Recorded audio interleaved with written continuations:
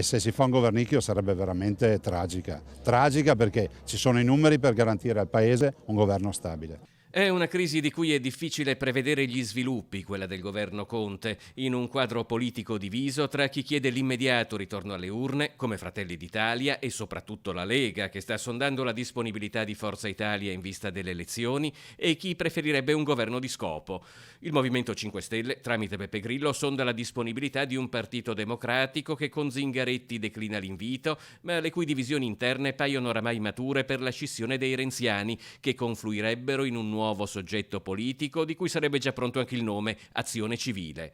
Lo sviluppo della crisi appare incerto anche come tempistiche. Sul piatto c'è la votazione in aula della mozione di sfiducia presentata dalla Lega al Premier Conte. Io ho massima fiducia nel Presidente Mattarella, è lui poi garante della Costituzione, però è pur vero che